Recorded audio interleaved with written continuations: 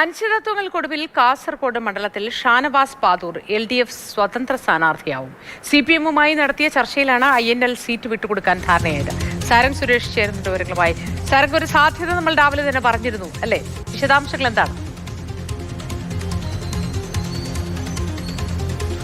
മോത്തി, സാധ്യതകളല്ല. കാരണം ഇന്നലെ രാത്രി തന്നെ ഈ രീതിയിൽ CPM നേതാക്കളും അതോടൊപ്പം തന്നെ INL നേതാക്കളും ചേർന്നുള്ള ഒരു യോഗത്തിൽ ഷാനവാസ് പാതൂർ കാസർഗോഡ് സ്ഥാനാർത്ഥിയാവും എന്നുള്ള കാര്യത്തിൽ കൃത്യമായൊരു ധാരണയായതാണ്. ഇന്ന് ഉച്ചയ്ക്ക് 2 മണിയോടുകൂടി തന്നെ അദ്ദേഹം ഒരു വലിയ തോതിലുള്ള ഒരു പത്രസമ്മേളനം വിളിച്ചു ചേർത്തിട്ടുണ്ട്.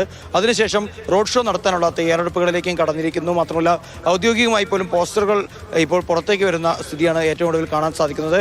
ഇത് INL-നെ സംബന്ധിച്ച് സംസ്ഥാനത്ത് LDF നൽകിയിട്ടുള്ള 3 സീറ്റുകളിലൊന്നാണ്. വള്ളിക്കുന്ന്, കോഴിക്കോട് സൗത്ത്, അതോടൊപ്പം തന്നെ കാസർഗോഡ്, ഈ 3 സീറ്റുകളാണുള്ളത്.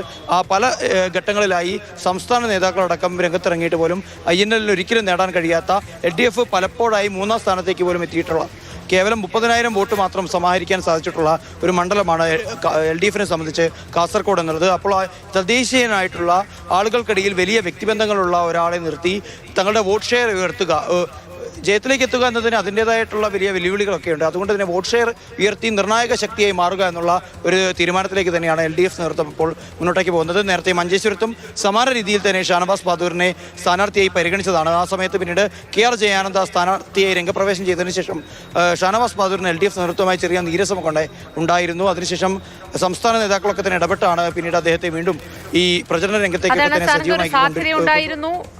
സാധ്യതയുണ്ടെന്ന് പറഞ്ഞു കേട്ടത് ഇപ്പോൾ ഉറപ്പിച്ചിരിക്കുന്നു. ഷാനവാസ് പാതൂരിന് സീറ്റ് ലഭിക്കുന്നു എന്നതാണ് നമുക്ക് ഈ ഘട്ടത്തിൽ വ്യക്തമാകുന്നത്. വിശദാംശങ്ങൾ നൽകിയത് സാരംഗ് സുരേഷാണ്.